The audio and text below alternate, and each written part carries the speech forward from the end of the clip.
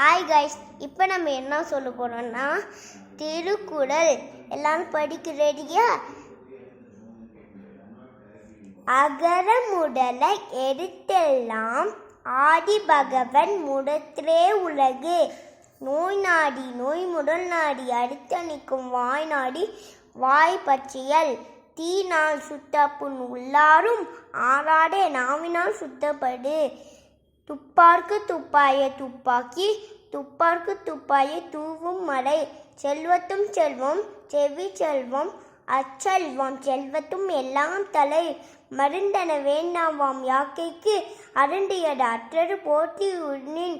யா காவாராயினும் நான் காக்க காவாக்கால் so copper சொல் இருக்கு பத்து.